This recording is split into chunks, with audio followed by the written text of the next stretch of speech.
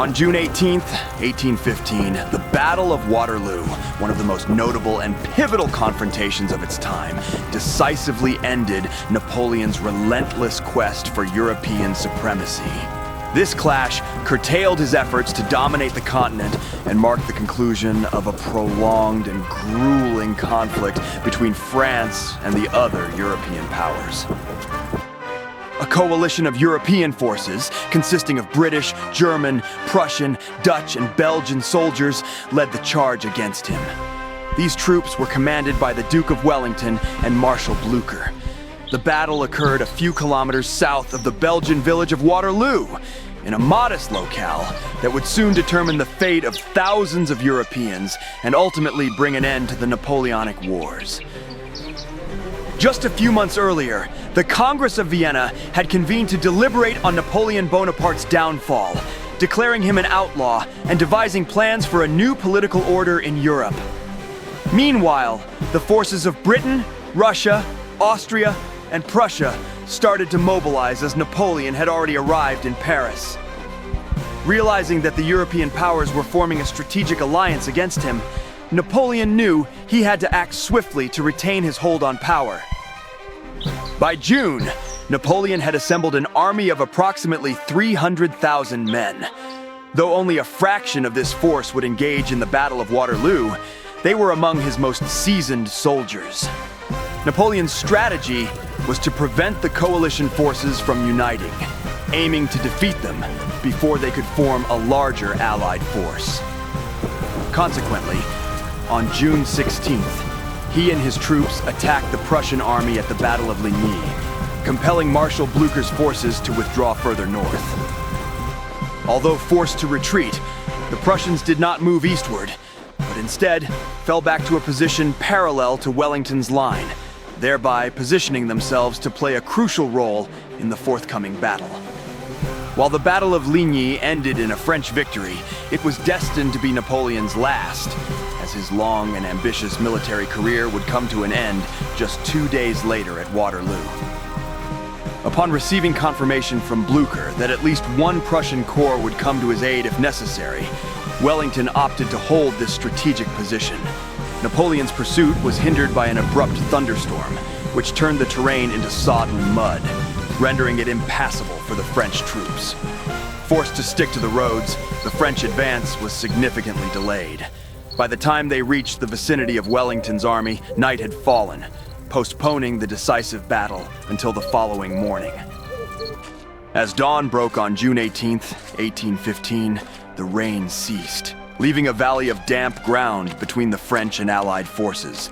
In comparison to other Napoleonic battlefields, the area of Waterloo was relatively compact, spanning only 4.5 kilometers, 5,000 yards, from the Hougoumont farmhouse in the west to the Papelotte village in the east.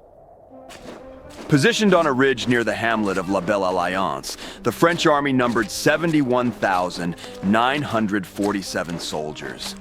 It was arguably one of the finest armies Napoleon had commanded since the devastating loss of the Grande Armée in 1812. Unlike the conscript-heavy French armies of 1813 to 14, the Army of the North predominantly comprised volunteers and seasoned veterans, fiercely devoted to their emperor. However, despite their collective experience, the morale of the Army of the North was fragile.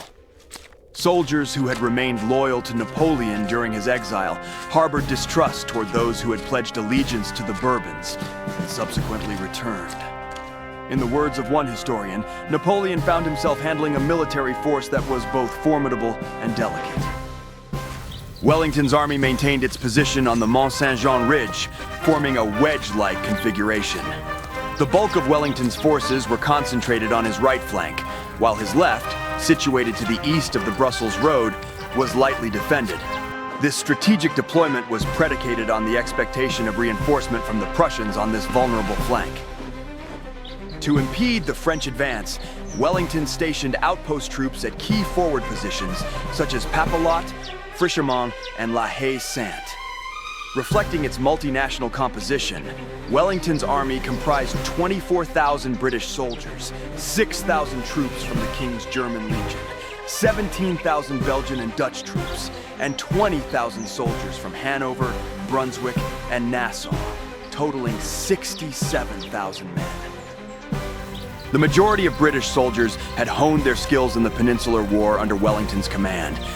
The outcome of the impending conflict rested heavily on whether the Prussians could evade Grouchy's forces at Wavre and arrive in time to bolster Wellington's position at Waterloo. At the Battle of Quatre Bras, Wellington's Anglo-Allied army engaged the left wing of Bonaparte's forces, commanded by Marshal Michel Ney. Though the battle ended in a tactical victory for Wellington, his troops were still unable to aid the Prussians fighting at Ligny. Upon hearing the news about Ligny, Wellington's men retreated north, while the Prussians moved toward Wavre. Despite this, Wellington's battlefield success ultimately helped to slow the French advance, as Ney was unable to maintain control of the area. This allowed Wellington to take up a position on the battleground of Waterloo, a critical strategic move that some argue was essential for the eventual Allied victory. 2 days later, the decisive battle was about to unfold. On June 18, 1815, the Allied forces, led by the Duke of Wellington, renowned for his military strategy and defensive skills, had taken up a strategically advantageous position along a ridge. At the same time, Napoleon began advancing his army of approximately 72,000 troops, outnumbering Wellington's forces, towards the battlefield. In a crucial early misstep, Napoleon delayed his attack until late morning due to the sodden ground from the previous night's thunderstorm. This decision gave the Prussian troops time to join the Allied forces and provide support later in the battle. Napoleon began his assault with a diversionary tactic, focusing on the Hougoumont Chateau, which soon became a focal point of the battlefield. He aimed to draw Wellington's troops to protect his right flank, but the encounter quickly escalated, with more French resources being committed to the fight than anticipated. In one of the most iconic moments of the assault, Sous-Lieutenant Legros, wielding an axe, broke through the north gate of the Chateau complex, igniting a brutal clash between the invading French and the Allied guards. In response, MacDonald and Corporal James Graham managed to close the gate, trapping Legros and the invading French soldiers inside. This led to a deadly hand-to-hand combat where all but a young French drummer boy perished. As most of the fighting centered around the chateau, Napoleon was preparing to execute the second phase of his strategy, to attack the enemy's center. However, before he could proceed, he saw Prussian reinforcements approaching to join Wellington's forces. In a hurried attempt, Napoleon tried to reach his French general and marshal, Emmanuel de Grouchy, who had been tasked with pursuing the retreating Prussians from the previous engagement. Consequently, Grouchy was occupied at the Battle of Wavre, clashing with the Prussian rearguard, led by General Johann von Thielmann and about 33,000 of his troops. Napoleon's plans began to unravel as his message didn't reach Grouchy until later that afternoon. By then, Grouchy was deeply engaged in battle with the Prussians at Wavre, delivering a significant blow to Napoleon's strategy. Undeterred, Napoleon launched an attack on Wellington's forces, with nearly 20,000 infantry under Ney advancing towards the Allied troops. This assault was met with a strong counterattack from the British infantry, who engaged the French with significant effectiveness. The French infantry's unusual formation hindered their ability to respond swiftly. Recognizing this weakness, Henry Paget, Earl of Uxbridge and Wellington's cavalry commander, decided to charge his cavalry against the disorganized French infantry column, successfully driving them back. However, a critical mistake was made by Lord Edward Somerset and Sir William Ponsonby's cavalry, who failed to heed Uxbridge's order to return. This misjudgment resulted in a significant and unnecessary loss of life among Wellington's men. By mid-afternoon, the intensity of the fighting had eased somewhat, except for at Hougoumont, where Allied troops continued to hold their ground, despite the growing number of French soldiers engaged in the battle. Soon after, Napoleon ordered an assault on La Haye-Sainte. Ney, leading 2 divisions of cavalry, spearheaded this effort. However, The British infantry's square formations proved highly effective at repelling cavalry charges, thwarting the French attack. Without infantry support, Ney's cavalry, after their initial attack, faltered, regrouped. However, their second attempt was repelled by Uxbridge's cavalry. Despite this setback, Napoleon remained committed to the maneuver. By late afternoon, approximately 9,000 cavalrymen were committed to the assault.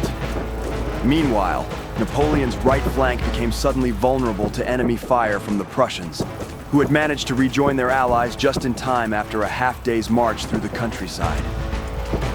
By 6 o'clock in the evening, Ney had finally secured La Haye-Sainte after a prolonged cavalry assault. In the next hour, the crucial phase of the battle was imminent. The French forces needed to overpower Wellington's troops before additional Prussians arrived. The Allied forces were exhausted and depleted, leaving their center exposed to attack. Ney recognized this vulnerability and requested reinforcements, but Napoleon declined, being preoccupied with defending his right flank. This decision would prove to be a critical error. By late afternoon, having secured his right flank, Napoleon shifted his focus to the front. Meanwhile, Wellington had managed to regroup and reorganize his forces. Napoleon ordered 6 battalions of the Guard to join Ney in the assault on the vulnerable and unprotected slopes, which seemed ripe for an attack. Wellington's troops and artillery were directly in their path, and despite the French soldiers' skill and bravery, the situation was untenable. As the first wave of attackers began to retreat, the rear troops followed suit, leading to a chaotic and large-scale withdrawal. Just 15 minutes after witnessing the French Guards retreat, Wellington commanded an advance, trapping the French army as Prussian and British forces converged from different directions. Later that evening, Blücher and Wellington met again, and a final order was issued for the Prussians to persist in their pursuit, driving the French forces back further. The victory for the Allied forces was thus assured, with Wellington's troops securing a decisive triumph over Napoleon's formidable army, bringing years of conflict and turmoil to a close. The victory came with significant losses as casualties remained high on both sides. With thousands of Wellington's troops dead, he is reported to have reflected on the somber nature of the outcome. Believe me, nothing except a battle lost can be half so melancholy as a battle won. As the reality of the victory settled in for Wellington and his men, Napoleon fled to Paris and abdicated on June 22nd. After a failed attempt to escape his enemies, Napoleon ultimately surrendered on July 15th and spent the remainder of his life on the island of St. Helena. Wellington went on to become the British Prime Minister, while Napoleon remained in exile, compelled to reflect on his mistakes and tactical failures. The Battle of Waterloo marked not only a French defeat, but also the end of Napoleon's military and public career. The First French Empire fell, bringing an end to years of European conflict and ushering in the period known as Pax Britannica. After years of relentless fighting across Europe, peace was restored. Ordinary people could finally breathe a sigh of relief. As a sense of catharsis took hold, only time would reveal when such hostilities might arise again. Upon his return to Britain, the Duke of Wellington was met with a hero's reception and showered with further honors.